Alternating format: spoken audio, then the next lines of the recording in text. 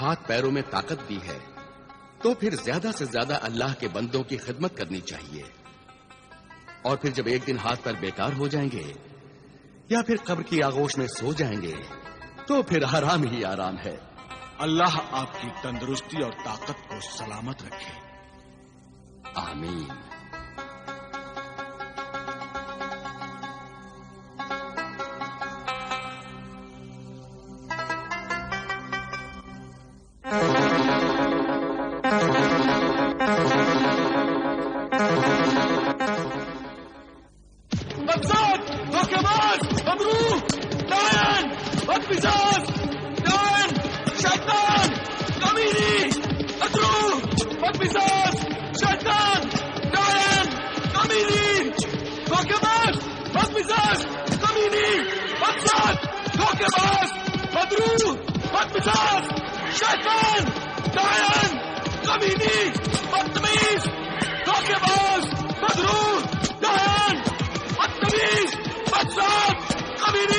شیطان